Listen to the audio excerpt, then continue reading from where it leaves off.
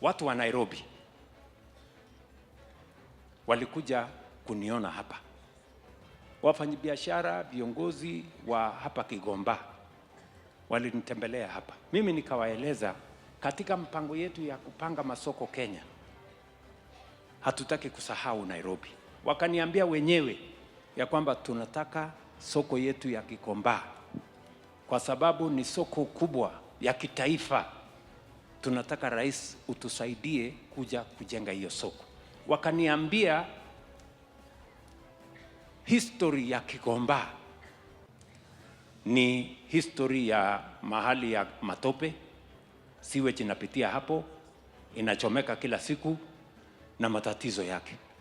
So wakaniambia please, nikaketi chini na hawa hapa in this same field, na mimi nikawaahidi Gikomba mimi nitajenga vile ninajenga masoko ingine katika taifa letu la Kenya. Tunaelewana? Na hiyo soko sasa inaendelea, msikuwe na wasiwasi hapo. Unajua kuna watu wanataka kuleta siasa, kusema sijui iko siasa, ati kuna watu wanafurushwa, ati kuna ukabila. Mimi nataka niwaambie nyinyi ambao mnataka kutuletea ukabila, pelekeni ukabila yenu mbali, wachana na wafanyabiashara wa Gikomba.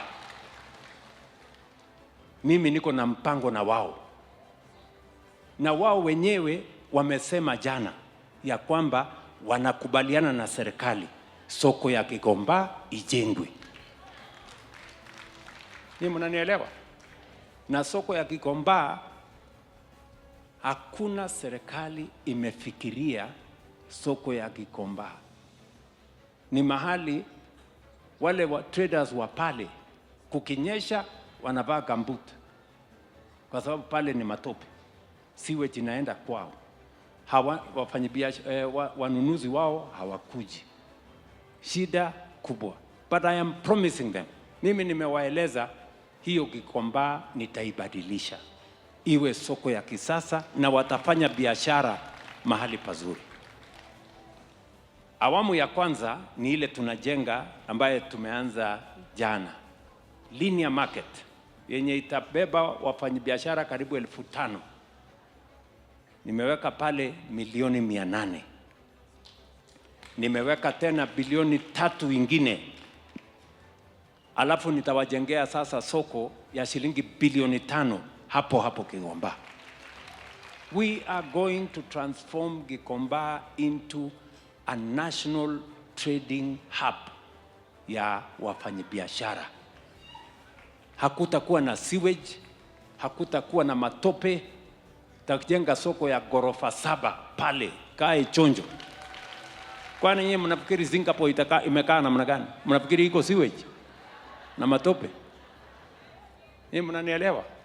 And the traders themselves, they have an agreement with me. Forget about petty politicians looking for cheap publicity.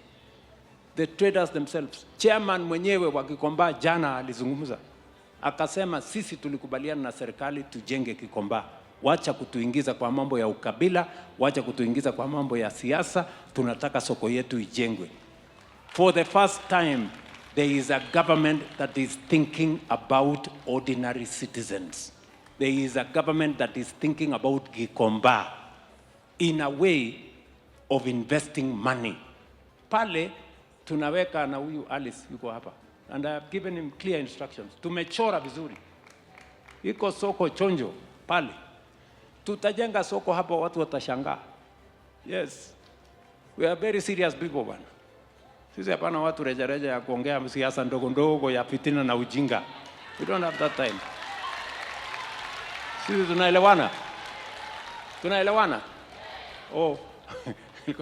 Niko nasikia mmoja jana anasema unajua rais anapiga wafanyabiashara vita, sijui nini wa kabila fulani. Wewe mtu ya ukabila, peleka ukabila yako mbali.